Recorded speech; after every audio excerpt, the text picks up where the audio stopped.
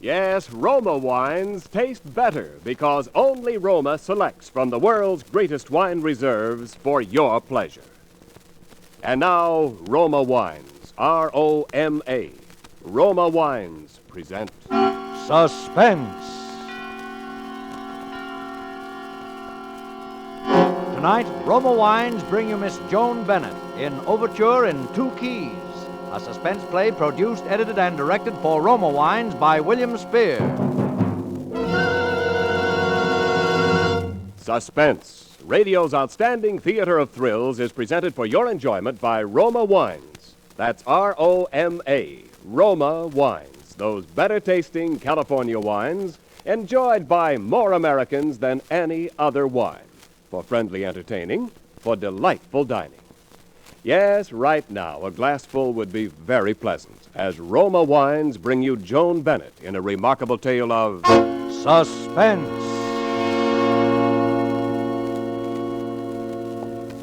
Are you feeling any better now? You know what I've been wondering, lying here? What's that, Mrs. Allen? Are you really a nurse? Why, of course. Oh, that stuff you keep giving me to make me sleep.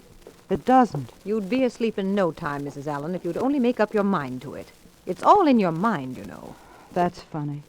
You saying that to me. Now then, Mrs. Allen, you mustn't keep talking. That's how it was with him. All in his mind. That's why I couldn't help him. That's why nobody in the world could help him. I know that now.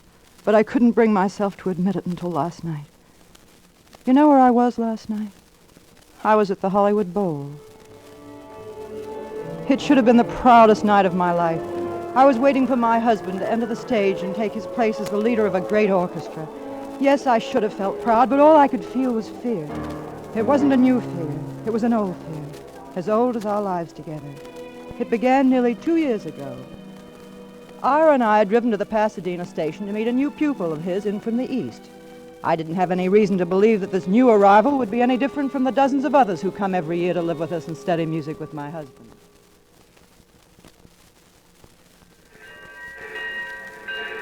Ira, I don't see him anywhere. Don't you know what he looks like? Huh? What's that, my dear? Oh, never mind.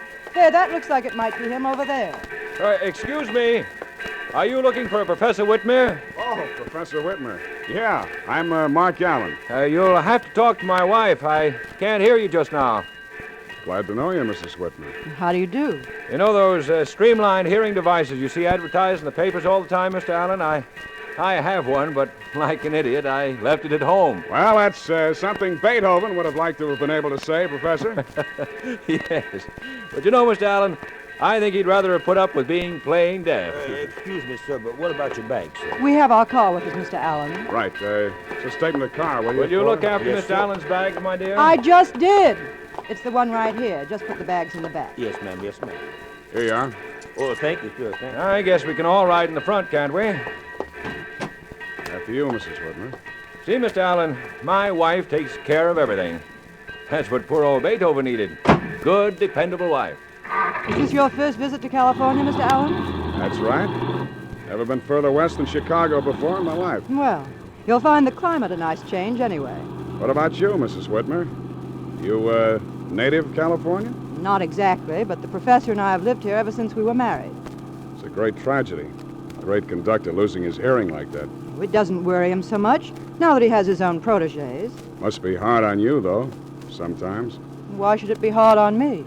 Oh, I just thought it might be. That's all. By the way, what's your first name, Mrs. Whitmer? Why, Frenzy. You mind if I call you that? Sometimes? Why, of course not. You can call me anything you like, Mr. Allen. Ira, there's the bell. Huh? What's that, my dear? There's a train coming. Oh, yes.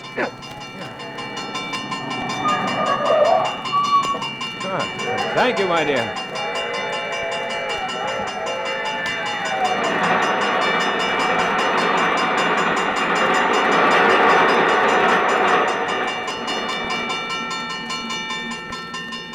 I hope I didn't give you a scare, Mr. Allen. I really shouldn't be driving without that fool device.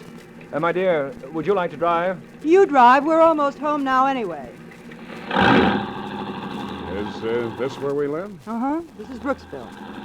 Nice little town we live in. I certainly hope you'll enjoy it, Mr. Allen. I'm sure I will, Francie.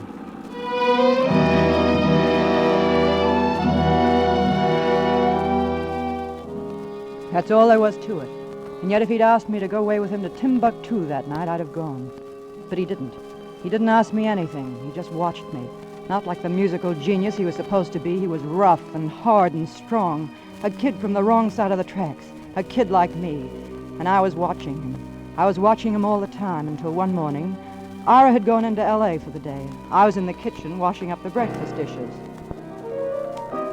And he was supposed to be up in his room composing, but he wasn't composing any more than I was washing dishes. He was waiting for me to go up to him. He didn't have to wait long.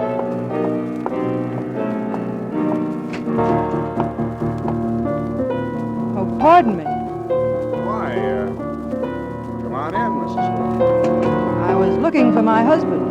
He, went to the concert at the Philharmonic. He did? Oh, I wanted him to do an errand for me. Well, that's too bad. Oh, well, it'll have to wait until next week now, I suppose. He, might remember and call you. He might. That's nice. What's it called? It's an overture. Overture in 2 keys. Oh. You asked me that before. At breakfast. Remember? Oh, yes, so I did. I'd forgotten. But look at me. Why, the professor would kill me if he caught me wasting your time like this. Maybe that's one reason you waited until he was out of the way. Well, You want to hear the other reason? It's been on your mind ever since that first day at the station. Only you figured you'd wait. Let me make the first move. It's the way a dame always figures. Until she meets the right guy. meaning you? I don't mean Santa Claus. What does that make me? Come here, darling. You like to play hard to get, don't you? Am I so hard to get? I've been going crazy. What do you think I've been doing? When does he get back? Late. How late? Never before 6. Hello, darling.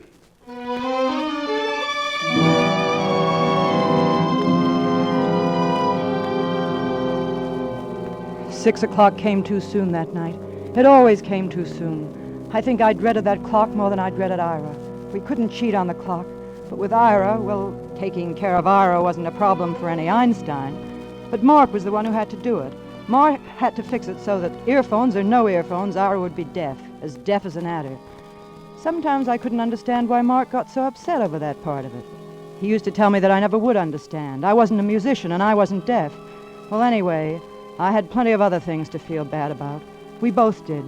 We were like 2 shipwrecked sailors dying of thirst, and all we got to drink was salt water. You can stand that kind of thirst just so long.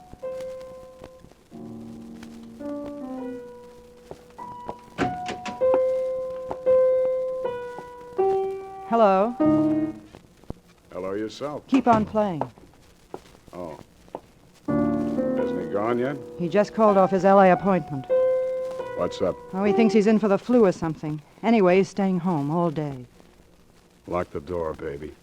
Keep the germs out. Mark, Yeah? he was talking about you. He said you decided to cut the course. I've taken in about all he can teach me.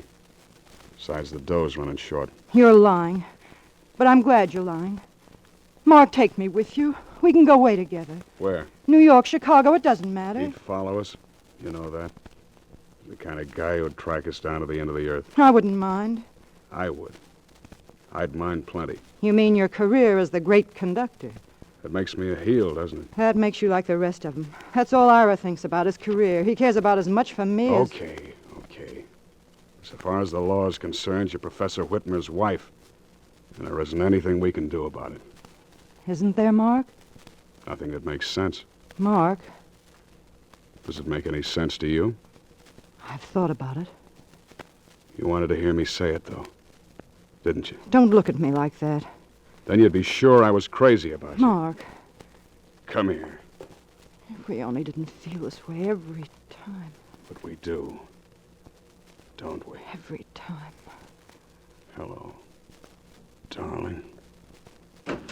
Ira, Have a must apologize for lowering myself to the role of an eavesdropper. Ira, please. Then it's also regrettable that you, Mr. Allen, should presume that my affliction would affect my powers of observation.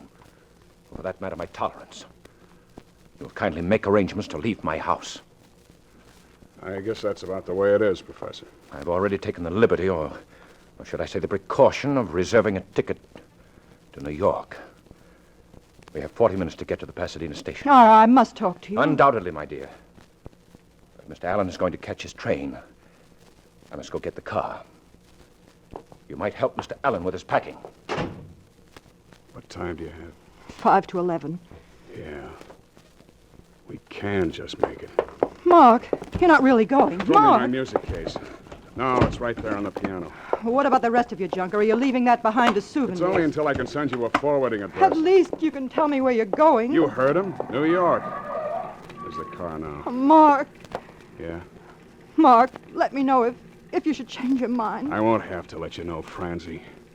I haven't changed my mind.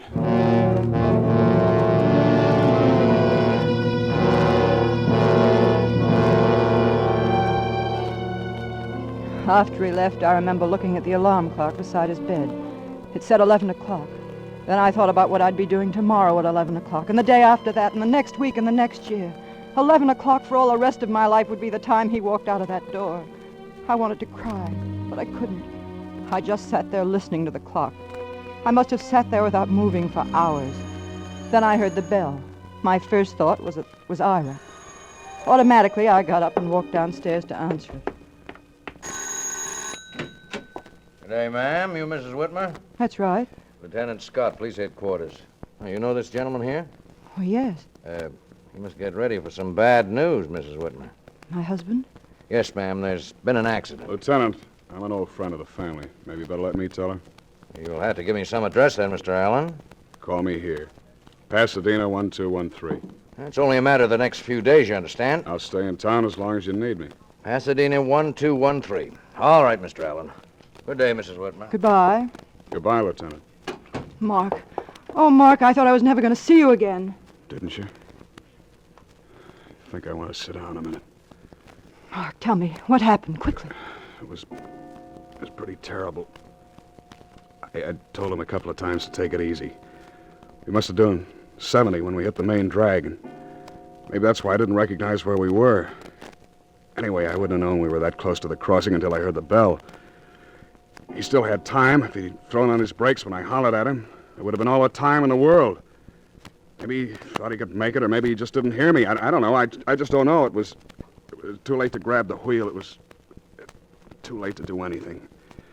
That was when I jumped. Mark. The next thing I knew, there were cops all over the place. There was a doc there, too. I'd been here hours ago if I hadn't had to convince them that I didn't need any ambulance. And Ira? And those cops, they asked more questions Mark. than... Huh? I asked you about Ira. Ira didn't need any ambulance either, Francie. He was dead.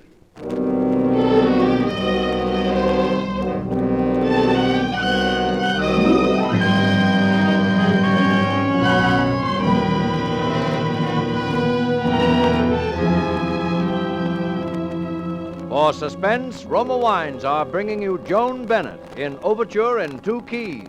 Roma Wines' presentation tonight in radio's outstanding theater of thrills, Suspense.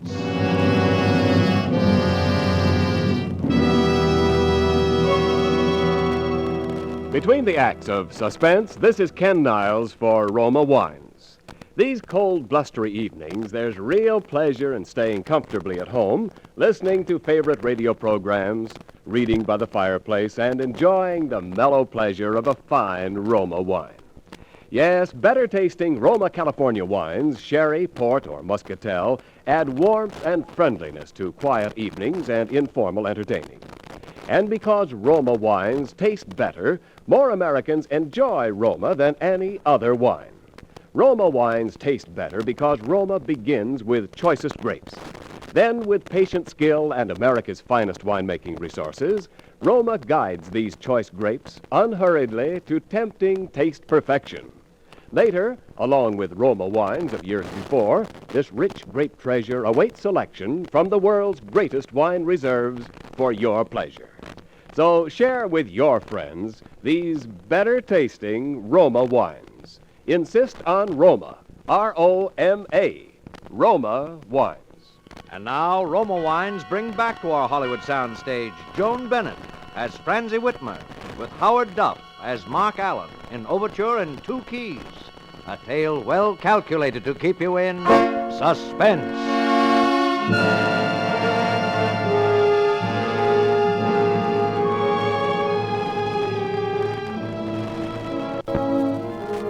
They held the inquest at the house. Took the coroner less than 3 minutes to return the verdict. Accidental death.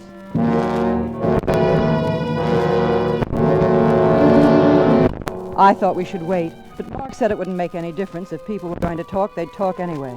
So a couple of weeks later, we drove down to Yuma and got married. During the ceremony, I felt a little like laughing and much more like crying. And let me tell you, if you ever get married in one of those Yuma wedding chapels, you'll feel like crying too. They do business day and night. On the outside, there are neon lights, and on the inside, everything is artificial lilies in Oregon. And do you, Francie Whitmer, take this man as your lawfully wedded husband to happen to hold from this day forward? I do. And do you, Mark Allen, take this woman as your lawfully wedded wife? Mark. What? I do. I repeat, do you, Mark Allen, take this woman? Yes. To happen to hold from this day forward until I death do you part? do.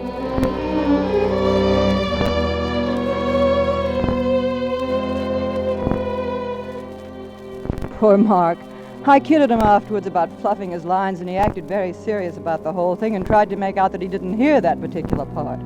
Well, I guess every man thinks that those words are written just to make him nervous, and every woman thinks they are written just for her. At least I know I did. At first we were as happy as any two people could possibly be. And then it wasn't that anything changed, but I began to worry about Mark. It was as though he were expecting something. Sometimes when he thought I wasn't watching him, it almost seemed as though he were listening for something.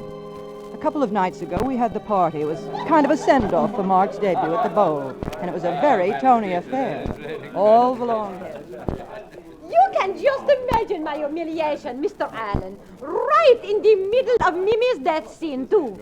And afterwards, he had the nerve to tell me there was nothing wrong with his voice. It was stage fright. Oh, I could have slaughtered that tenor. If you'll excuse me, Madam Tetra, I think my wife wants Oh, there, me. darling.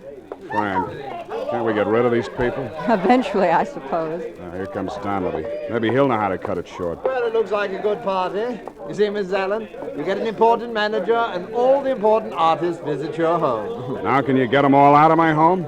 Oh, no, you can't disappoint your public, Mark. What about playing something to sort of wind up the evening, eh? How about the Overture? I know it won't sound on the piano, but after all, it is a Now, where is he going? You asked him to wind up the evening, didn't you? But how can I make an announcement if he doesn't tell me what he's going to play?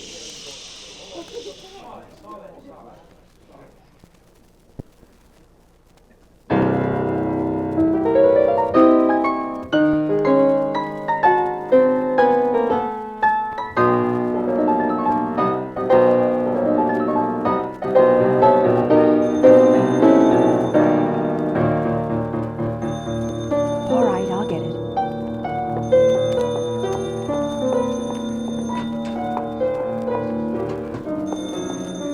Of course, it wasn't anything important. Phone calls that come at a moment like that never are. It was just someone who wanted to wish Mark good luck tomorrow night. I said thanks and hung up. It wasn't until I was halfway back up the stairs that I knew something had gone wrong. Oh, my dear, you should have seen his face. It looked more like a stroke to me. What happened? There's nothing to be alarmed over, Mrs. Allen. Where's my husband? He's upstairs, resting. What's the matter with him? There's nothing at all, my dear.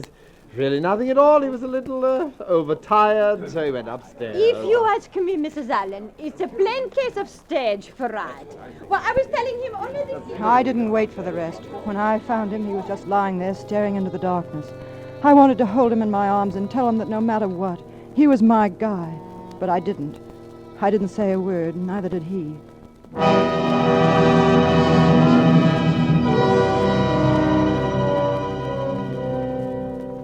It seemed like a long while later when I woke up.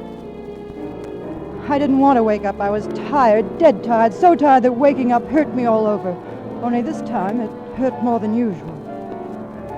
Then suddenly I was sitting upright in bed, with a chill running straight up my spine. The sound came from the music room. I fumbled for the light, but that didn't tell me anything I didn't know already. Mark's bed was empty. Somehow I got out of bed and walked downstairs. I kept walking, till I was standing outside the music room door. If I'd been standing at the bar of judgment, I would have still said the same prayer, that the door would be locked, but it wasn't locked. The room was in darkness, except for the small lamp on the piano. And there, looking like something out of a horror picture, sat my husband. I couldn't see his face, only his hands flying up and down in the lamplight. His knuckles were wet with blood. Mark! Mark! Mark! Oh, darling, I had to do it. I had to do something. Talk to me. Keep on talking to me. What do you want me to say? Just keep talking. And hold my hand. Your hands, oh, darling, look at your hands. Mark, tell me what's wrong. I don't understand. Everything was fine until I left the room to answer the phone. Was it a phone bell? I didn't hear any phone. Mark. I wouldn't have even known you'd come upstairs if it hadn't been for your perfume. Even then, I didn't believe it. Then I came down here. I played like this. I couldn't hear. And I played louder. I still couldn't hear. I couldn't hear. I couldn't hear. Darling, don't. You're all right now. Mark, it's awfully late. What time is it? 4 o'clock in the morning. That's funny.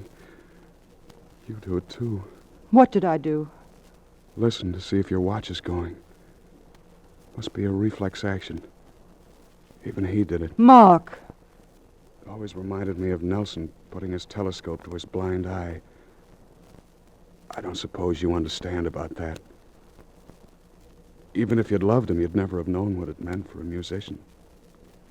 To be deaf. Mark, there's only one thing I know or care about. I don't care about anything else in this world. I just don't care. Fran? Yes? You know, don't you? Yes, Mark. You've always known, haven't you? Yes, I suppose I have. I'm sorry, Fran. For you. Oh, Mark, I told you I don't care. I don't care about anything but you. Has an awful sound. Murder.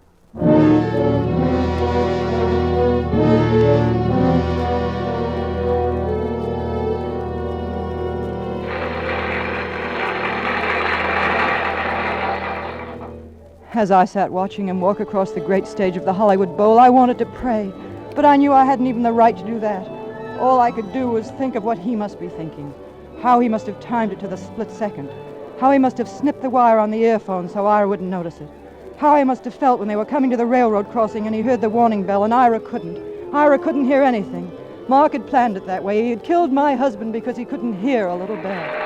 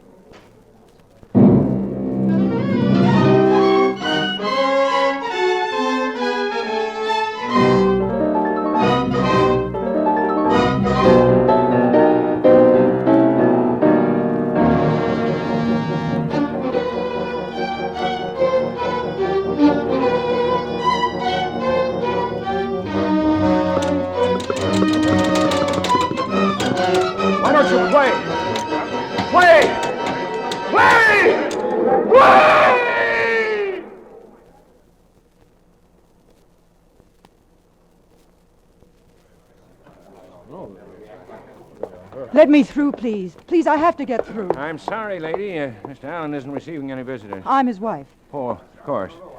This way, Miss Allen. Oh, thank heaven. Really, I must That's all right, Doctor. Mrs. Allen, the press are outside. You must talk to them. Mark. I heard the bell. Darling, it's all right. It's all right. I'm here with you. It's me, Francie. Didn't you hear it? It began to ring as I entered the stage. It was the bell.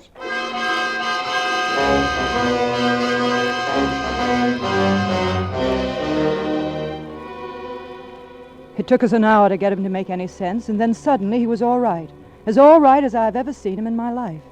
The doctor was as pleased as an old midwife and insisted that it was the sedative that had done the trick. I wish he'd been right. But you see, by then I was beginning to see what was wrong with Mark, and I knew that all the doctors in the world wouldn't do him any good. But I still dared to hope that somehow I could. All right, come on, let's go. Well, don't you want me to drive home? Oh, I'm okay now. Oh, Mark. Oh, you mustn't cry, baby. I'm okay now. Oh, that's why I can cry, you goof. Mark, Yeah. let's go away from here, right away, to Canada or someplace for a year longer if you want. Even if you don't even look at a note of music, it doesn't matter. You'll be right away from everything, and then it won't happen anymore. I know it. If you'll only get away, right away. Even from me, if that would help. Where should we go? Florida? New York? Oh, darling. You know, it's about time you saw something else but palm trees. Let's make it New England. Up around Vermont or something. We'll have to get you a sleeping bag or you die of cold. I love you. Me too. Why don't you let me drive?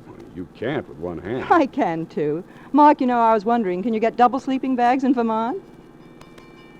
Mark, you better slow down if you... Yeah, maybe Canada. Mark, we're coming to the They say crossing. it's There's a quiet train. up there. Mark! They say you can almost hear how quiet it is some places in the woods up there. Mark! Mark!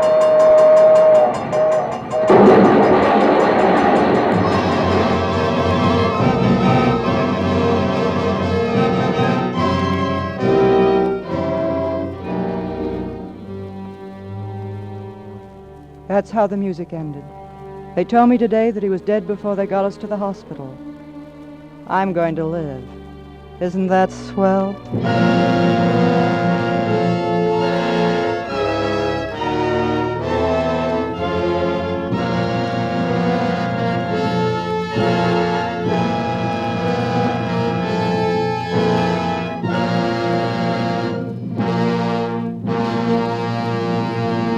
Suspense. Presented by Roma Wines, R-O-M-A, Roma, America's favorite wines. This is Ken Niles returning to our stage with a lovely star of tonight's suspense play, glamorous favorite of movie-going millions, but a newcomer to suspense fans, Miss Joan Bennett.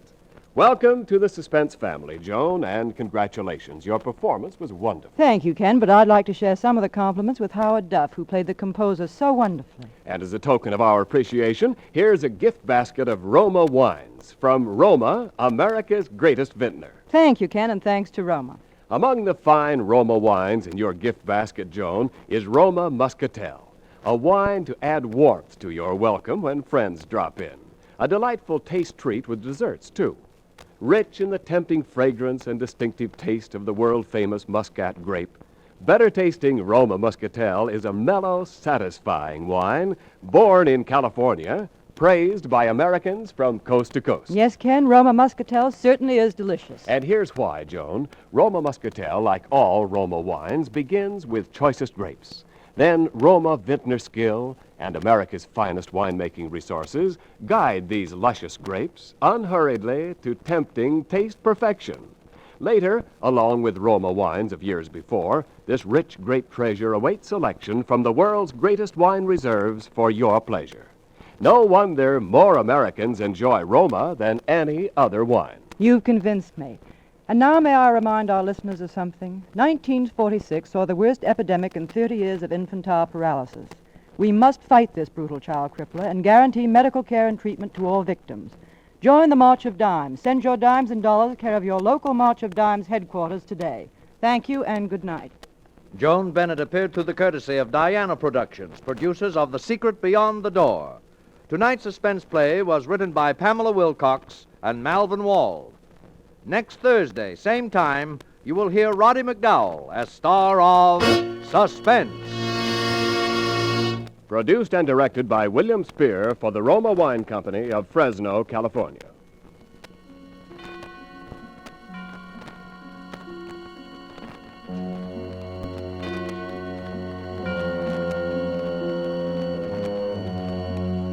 Stay tuned for the thrilling adventures of the FBI in Peace and War, following immediately over most of these stations. This is CBS, the Columbia Broadcasting System.